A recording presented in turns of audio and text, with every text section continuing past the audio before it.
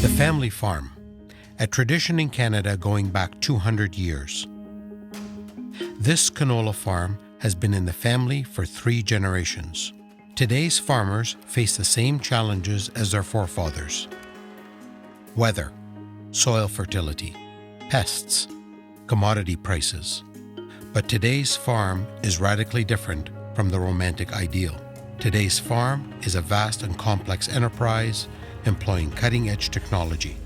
From breakthroughs in genetics, communications, and chemistry, we grow our food more quickly with less energy, less environmental impact, and in greater abundance than ever before. In fact, no society in history has enjoyed the variety and abundance of food that Canadians now have. But farmers face a new challenge.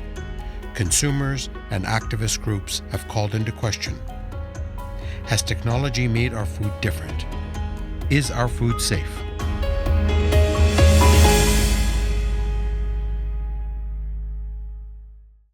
Farming, as many people will automatically quickly say, is a very risky business. Weather is your biggest risk. Markets are there too, and they're related to weather in different parts of the world. But now we have a more significant risk, it seems like, is that there's a pushback from the public, from our customers, the consumer, who thinks that we're not doing things in a proper way.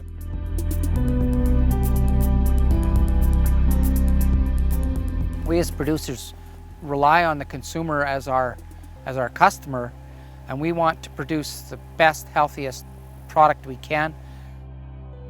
Public fears about food safety are putting pressure on government and decision makers to restrict the approval of GM foods, like the oil from the canola grown here, and to ban the use of certain pesticides. Canada's food certification process is already one of the strictest in the world. But will it become so restrictive that farmers will lose their choice about how they manage their crops? Canadian farmers have never before faced a challenge of this magnitude. I've tried to pay attention to what's happening in Europe and other parts of the world, and I've seen where farmers are more legislated, there's more regulation that is coming down, there's a lot of misinformation, and that worries me.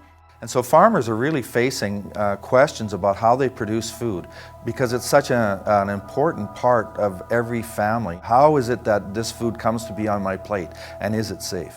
The vast majority of the population is so far removed from agriculture that for the first time ever there's a huge disconnect. Their conceptions are still stuck in the 1940s, 1950s. They're still stuck in the mom and pop, really small farm, and a lot of things have changed since then. These days, when there's so much controversy about many nutritional issues and many farming issues, people are confused, they're bewildered, they don't know who to listen to. They're researching those aspects of agriculture, but what they're finding isn't always true, isn't always scientific, and for the most part is not directly from the source. There is money in the anti-farm movement. Someone's making money off it. They're selling an alternative, and farmers are paying the price. A lot of the activists, who promote what I consider are illegitimate fears about our food, do it very well. You have to give them begrudging respect for their activism. They come out with very romanticized arguments, not scientifically based, but very, very compelling. If farmers don't rise to the occasion and start telling their own stories and proactively sharing information about their farms, about their production practices, about their values, farmers are going to see increased legislations that aren't coming from a place of agronomy. They're not coming from a place of agriculture. They're going to be coming from politics. Farmers like my dad will be forced to change how they grow food. In Europe would be a perfect example. They don't have the option to grow genetically modified seeds. What kinds of regulations are going to be put into effect? The automakers have more influence than farmers do. So it's really important that we are able to explain to people what it is that we're doing and let them know just how safe their food is. I'm a city girl and married a farmer, and we've been married for 29 years. And it's been a steady learning curve for me, learning what farming is all about. I think I've had questions about the safety of chemicals and how important it is to learn about those things, and that some of the things that are coming up on social media are not really based on science, and they really have no basis in fact, and that we just need to keep looking for answers. In Saskatoon, Saskatchewan, growers from all over Western Canada have gathered for CropSphere. This year, one of the topics is about how farmers can talk to the public about food safety and explore 3 areas of public concern: genetically modified foods, agriculture's use of chemicals, and the idea that the small farm of yesteryear is gone, and food production has been taken over by megacorporations.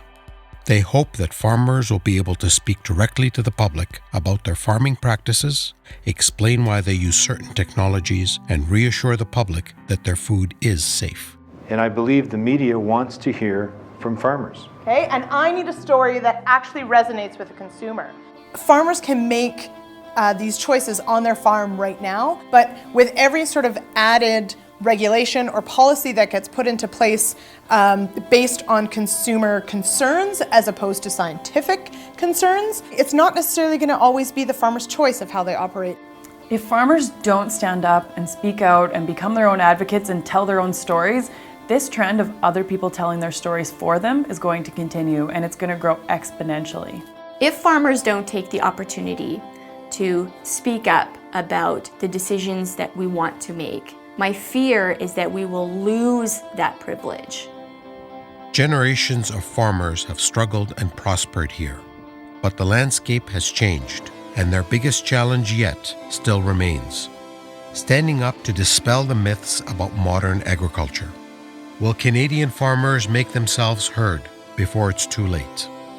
Or will they stay silent and lose their license to farm?